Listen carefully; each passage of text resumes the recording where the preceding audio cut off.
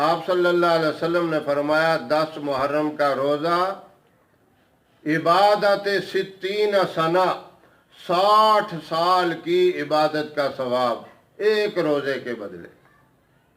کتنا بڑا انعام۔ آپ صلی اللہ علیہ وسلم نے فرمایا یہودی بھی یہ روزہ رکھتے تھے، آپ ان کی مخالفت کرو، آپ اس کے ساتھ ایک روزہ اور ملاؤ، 9 اور 10 کا رکھو، یا 10 کے ساتھ 11 کا ملا لو، 2 روزے رکھو۔ یہ آدم علیہ السلام کے اوپر بھی یہ روزہ عاشورہ کا تھا، اور بہت سے انبیاء علیہ السلام عاشورہ کا روزہ رکھتے تھے۔ اور بعض مفسرین کرام نے لکھا ہے عاشورہ کے دن 2000 انبیاء علیہ السلام کی ولادت ہوئی، اور بعض نے یہ بھی کہا کہ عاشورہ کے دن 2000 انبیاء علیہ السلام کو اللہ نے منصب نبوت پر فائز کیا۔ اور بعض مفسرین نے یہ فرمایا کہ عاشورہ کے دن 2000 انبیاء علیہ السلام کی دعاؤں کو اللہ نے قبول فرمایا، اور دعاؤں کی مقبولیت کا یہ خاص دن ہے۔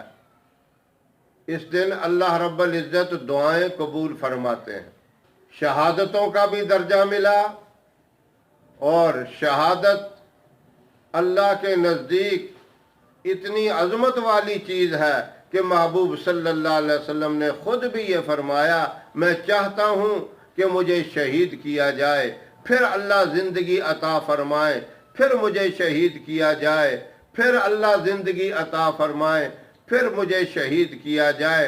3 مرتبہ آپ صلی اللہ علیہ وسلم نے اس بات کی تمنا فرمائی۔ شہید مرتا نہیں بلکہ موت کی دیوار کو پھلانگ کر اس فانی حیات سے باقی حیات میں قدم رکھتا ہے۔ اس لیے کہتے ہیں شہید کی جو موت ہے وہ قوم کی حیات ہے۔ یہ اللہ کے نزدیک شہادت اتنا اونچا عمل ہے، اس کے شہید ہونے سے پہلے اللہ رب العزت اس کا جو مقام ہے جنت کے اندر وہ دکھا دیتے ہیں، اور شہید کا خون کا قطرہ زمین پہ گرنے سے پہلے اس کی شہادت کو اللہ قبول فرما لیتے ہیں۔ عاشورہ کے دن اس طرح دعائیں قبول ہوتی ہیں جس طرح میدان جہاد کے اندر مجاہدین کی دعائیں قبول ہوتی ہیں۔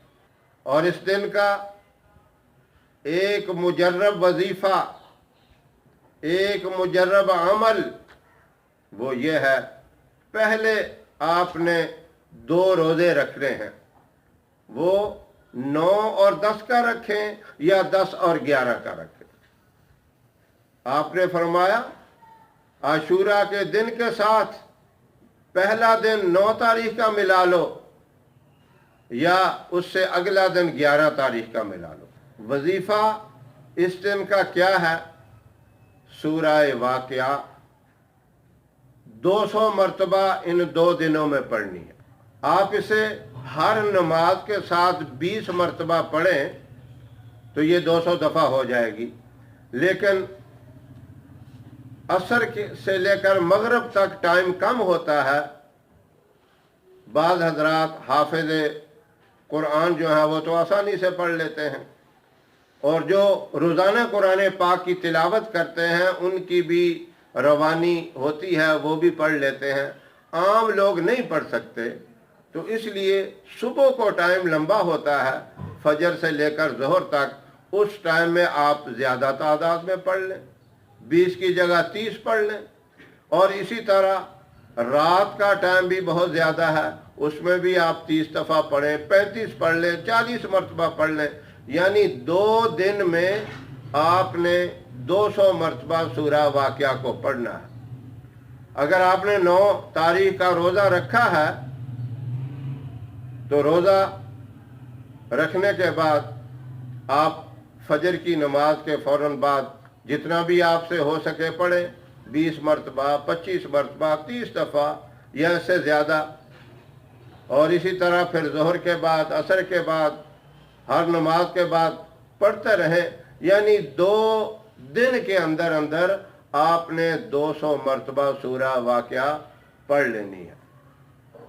تو اگر یہ عمل کوئی کرے گا تو آپ صلی اللہ علیہ وسلم نے فرمایا آئندہ محرم الحرام تک اللہ رب العزت کی وہ حفاظت میں ہوگا، اور خزانہ غیب سے اللہ رب العزت اس کو رزق عطا فرمائیں گے، حلال پاکیزہ اور کشادہ رزق اس کو ملے گا۔ اللہ رب العزت اس کو مستغنی بنا دیں گے، دل کا غنی بنا دیں گے، اور مال و دولت کے لحاظ سے بھی اللہ اس کو غنی بنا دیں گے۔